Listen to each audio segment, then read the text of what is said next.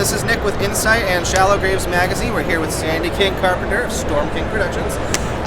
Basically, I just want to kind of do a catch-up of last year.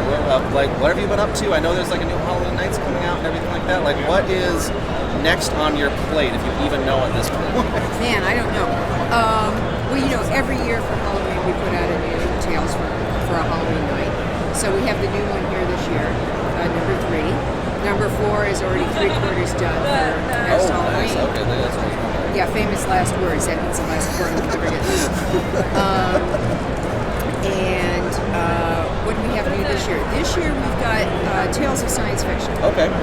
And so that's a new monthly series. Oh, monthly, nice. Okay. It's monthly, and it's a series of miniseries. So every story lasts just as many issues as it takes to tell the tale. See, and that's actually. I don't think I see that too much. I've seen like a lot of limited run comics as of late, Yeah. but usually it's like once it's done, and that's like the end of that run. Well, we just decided that, we have the ongoing Asylum, which is if you like following 2 characters and their adventures, and that goes on. And so that's entering its final 3rd arc. Okay. In this next year. And then we have the anthology of Tales from Halloween Night. And Okay. that's like the box of chocolates for it. And then I decided, well, let's do something in between for people with medium attention spans. That's perfect. And we had no science fiction, and I thought, we're really missing the boat here. Well, it's surprising too, because especially with a lot of John's work in this, the stuff that he worked in, that's like oddly a huge area that he's done is paying so much homage to like science fiction and everything like that, kind of expanding that, no pun intended, universe of that. So it seemed like, wow, we have a gap here, and I'm finally learning to put out comics. It's only taken 5 years. So I'm a slow learner. So that's when we decided Tales of Science Fiction. Okay. And so the first one that we were promoting last year when we were here was Ball. Yes. And so it has now run its course. The 3 issues are out. That's fabulous. I haven't read the last one yet, but I've loved everything. That's James Ninnis. And so that's for people that like things like Event Horizon and Sunshine.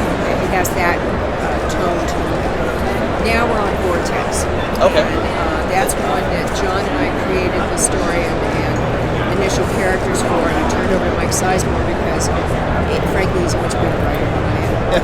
And so he and Dave Kennedy is the artist of that. That will run 8 issues. We're up to issue 6 right now. Okay. And that one is more got the tone of The Thing in outer space. Okay. See, I was wondering if like it was going to go into the realm of like a little more like They Live, where it's sort of like a more sort of classic science fiction movie, or The Thing, which even though it is based more off of classic science fiction, it went into this totally different realm of just. I tell people I'm like it is my top 5 favorite movies of all time. It's just always astounded me. It's always astounded me. Well, basically in Vortex we just want to fuck you. That's perfect. That's perfect. And then we go real crazy on the next one. That's going to be David J. Scow. Okay. And that's going to be The Standoff, where an alien spaceship crashes into a prison. Interesting. Okay. Oh yeah. Is it going to go, if you can spoil it, is it going to go a little more like classic science fiction, or like The Thing, where it's into a little bit of a new realm? I don't know, but if you combine an alien spaceship and a prison, I think we may cover some new territory. It's going to be interesting. It's going to be. Yeah, and it is David J. Scow who's a little twisted. So I think we'll have a good time there, and that's got that great art team from Vault, where we bring in Andreas Esparza and Sergio Martinez again, because they're like too good to let go. Yeah, I'd say keep it, because the artwork, honestly, it has this nice. But one of the things that I get, like, I don't know if the word's jaded, but kind of like where I'm like, it turns me off in comics, is when it has a streamlined look, but it's too polished. Because I'm like, it's just, I feel like we're just in an age where the grittiness really matters, and in the artwork for like everything from like Vault and the Halloween Nights and everything like that, it just has the right amount of realism to make you like relate, but also sink into the story. Almost. I'm having an art background and the cinema side to me. First of all, I love the richness of what we can pull from all the comic artists. Like Dave Kennedy, who's doing Vortex, he's got this really cold. He's got a really cold, polished style, but it's really so technical that you are in that outer space realm. It's really cool in a really different way, and it gives you another vibe. And that's what I like. Is it's one of those where it's just slightly off. Yeah, it's really cool and polished when you're in the spaceships, and then he goes into this really cool nebula look when you're out in space. And I mean, I dig it. It's just really cool, and it's very much unlike anything being done here. This is European. And then I really love what Andreas and Sergio do because they love getting dirty. They love making it gritty. And they're not using quite the same look they used on Vault because it's a different story and it's earthbound and it's in prison and it's got all this kinds of stuff. Nice. It's really cool in that way. And the other teas, I mean, we've got stories already set up for the next 3 years. Oh, see, that's perfect. That's really. Oh yeah. No, we're gonna rock this. We're gonna keep doing it, and all different teams doing all different kinds of stories, and going between Earth and outer space. So now, does it ever get like what you're saying? Yeah, there's all stories set up for like 3 years, and it's all different. Does it ever get? Do you ever get like an overwhelming sense of like maybe this is just too much? Maybe we should like focus in a little bit. No, every day I wonder what the hell I'm doing. That's. I mean, that's the thing. It's not a bad thing. I know that, but it's just that like inner monologue where it's like, am I doing too much right now? Yeah, you know what? One of the reasons I set it up to get all the stories lined up is because we're doing television at the same time and developing features at the same time. I want to be sure that nothing gets shortchanged. So if we can get all this stuff in and have all of our books ready, then it's a matter of getting them to the printers on time and getting them out for distribution. And we don't have to have that last minute panic and shortchange anything. So while there's a lull in the actual production, I've got the comics ready and going. Okay. And so really, it's a matter of, it looks chaotic on the outside. It's a controlled type But of chaos. there's actually a method to my madness when I say I've got 3 years coming up. It's so that I don't go start raving insane as the television goes into production. I mean, I feel like you've been doing this long enough. You kind of know how to deal with the madness after I'm a while. old, and so it means my heart rate's lower, and it works out. So now, are you pretty much the head of this, or like you and John like more of a team? Are you just like kind of selling the John Carpenter brand? Well, we're a team in that there isn't anything he doesn't read, see. Okay. Yeah. Well, he can't escape it. That's true. It's all over the office and it's all over the house. I do run the comics, and that just grew because it was too much fun, and it's a great. The show is too much. I get out of doing the comics, but he gets out of doing the music. In that there's a more immediate artistic feedback. Yeah, see, I do say I really do like how he's going into like really pushing a musical direction. It's kind of gaining more appreciation amongst people. Well, he's releasing more of it. He's never not done the music. Yeah. We have a recording studio in the house. He's always done music all the time.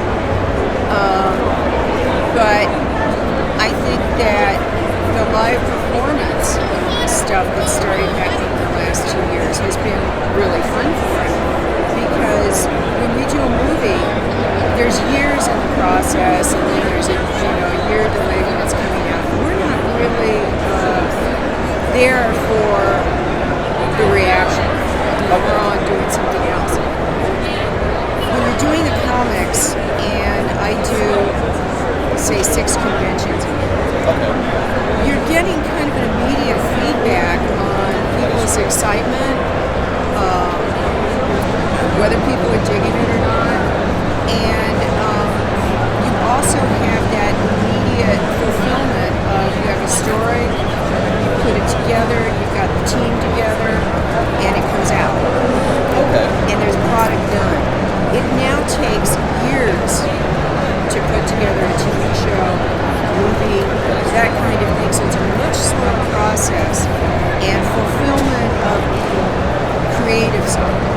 I know it's a little bit of a weird question. question, but like because of the time that it can take to do movies and everything like that, have you like looked into like anything like Netflix series for like any like of the horror Those take stuff? just as long to put together. Okay. You know, just because you can click and watch it instantly, That's true. doesn't mean That's we true. can click and put it out. You know, that's kind of that's like saying, you know, do something easy for dinner, fried chicken. I mean, you know, I know there's a the difference headache. between making it and eating it. So the process is still onerous, no matter what the outlet is, because of the layers of things you go through to get it to the consumer. Okay. It's more interesting now in that there's various outlets between streaming and wide release and those kinds of things, but they're all still paying it. That's true. That's true. Like it's all contracts and everything, and you're still having to deal with companies. So it's like Yeah, I mean, but you don't bite the hand that feeds you. I'm the highest price for millions. That's true. You know, I mean, I go out there and I have to be cute for millions of dollars. That's cool. And you know, that's really hard at my age. But the thing is that you know they're taking a risk, so you cannot blame them for what they want out of you in the way of reassurance. Everybody negotiates from fear. That is also true. Yeah. So you need to recognize that. It doesn't matter how convinced we are that we are the greatest thing since sliced bread. You have to assuage people's fear because it's their risk.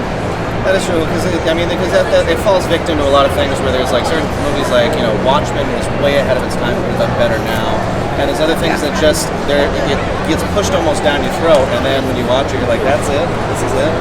Okay. Yeah, I mean, that and you know, yes, I do believe there's a flaw there. I think that in certain instances, they choose what they feel they know they can market. Which is sometimes following a curve instead of setting a pace. Yeah, that is true. But again, it's not like 20 million. Easy for me to say. That's true. You know, in the old days they used to do a more diversified portfolio at the studios, so that they had their risk movies, they had their mainstays, and then they had their big tentpoles. Well, because I mean, even with the history of what you've done, of like everything with John, but then you have done things like Rumblefish, which I had not seen for the longest time. Of course, I've seen The Outsiders. Then when I watched it, I had to watch it a few times because I was like, this is nothing like The Outsiders. Oh no! And like really, shooting I had to soak it in. time. Oh, I didn't know that either. Oh Wow. yeah, because we first shot The Outsiders main unit, then stopped and did the rehearsals for Rumblefish. Oh, jeez. Okay. And then did how did we do it? Then did shot Rumblefish and then shot pickups for Rumblefish. Oh, jeez. So the person who really suffered on that was Matt, because his two characters were so different, and he grew up in between. So that was interesting because it was two different. You know, Outsiders was the gold LeMay PG movie, and then Rumblefish was the very edgy one that he could swear in. That's exactly, it gave off that exact vibe. Yeah, it's like, it was this very is much. not, this, we're not in a what is it, Kansas City? Yeah, and that was a very bicycle movie, and the look was different. You know, we were shooting it was black and white. We were wetting down streets and glycering them and putting glitter on them, which was fun. You get to run around with glitter and glycerin. But you know, they were very different look, very different vibe. So yeah, I've done very different movies, but yeah, I don't think everybody was moving outside. It's one of those. It seems like out of the two. I mean, it was personally my favorite just because I was like, this is a little bit different. But I will for my last question, so we can wrap up in I think too much time. There's been blurbs about it everywhere, and I know there is the new Halloween movie that's still kind of in production and everything like that, and getting together. It's shooting. How much of a hand do you and John have in it? I have no hand. Okay. I was wondering. John is the executive producer on it. Okay. John will be doing the music on it. John went down to South Jersey where we were shooting. And was involved with Danny and David from the beginning. Okay. And they rock. They have it well in hand. And I think that the fans are going to be pretty excited. I mean, I know I'm excited. That's why it's like I'm excited for a lot of the releases that are coming out. And Nick Castle's back is in shape. Oh, it's nice. That's right. I forgot Nick about Castle that. is back. Bringing it right back to the beginning. Yeah, the shape rocks. Jamie and Nick are back, and I think that I personally feel that as much as you can please fans, because I think that's very difficult now in the tyranny of fandom. I think that it's going to please the highest percentage of people in the universe. I think they really tried very hard to find a story that after all of the things that have whatever happened, the series. there were some sad events. But I think they found a really logical way for people to come into this. And Jamie's real happy. Nick had a ball. And I mean, this is the man that directed The Boy Who Could Fly and That's Last true. Starfighter That's true. and wrote Hook. And that's true. And now he's back. Being Michael. That's looked at us and went, seriously? This guy's an amazing director. That's why I always forget about the small things like that. Honestly, little things. Little things. This guy's astounding talent. So they all apparently had a great time and did. I think it's going to be. I mean, that's why I've heard great things like for the little snippets so far. So I mean, I'm excited, but that's why it's just. I always wonder what the behind the scenes is going on, because that really hasn't been, at least from what I've seen, talked about too much. So that's why I was like, how much will, how integrated into it are you, or is it just solely John's project? No, that's John's project. It's essentially none of my business, but I sit back and just gonna view from the outside. Well, thank you so much for sitting down with us and kind of like catching up and learning a few new things.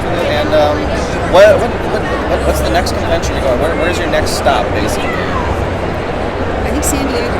Okay, perfect. That's not a bad choice. I can't remember what this is, so I don't know where I am. You're okay. It's June 18th, 1983. You're fine. But I'm pretty sure San Diego's the next one, and then we'll be in New York. Okay. And we'll be in Long Beach, I think, in September. And I can't remember anything else. Oh no, you're fine. I'm like I know the life on the road can be like it just one day goes right into the next. You're just like boom, boom, boom. Mostly we've got a couple of TV shows that we're into because we have Tales from Halloween Night. Yeah, that's right. Yes. And so that has to get rolling now. And we have a couple of others. So those things get up there. We're just taking it one step at a time. Yeah, like a half day at a time. Yeah, exactly. You can't even go a day at a time. Well, thank you so much for joining us. And again, this is Nick with Shallow Dreams Magazine and Insight, and this is Sandy King Carpenter with Storm King Productions and Storm King Comics. So keep an eye out for what they have next up in line. It's going to be great. Thank you.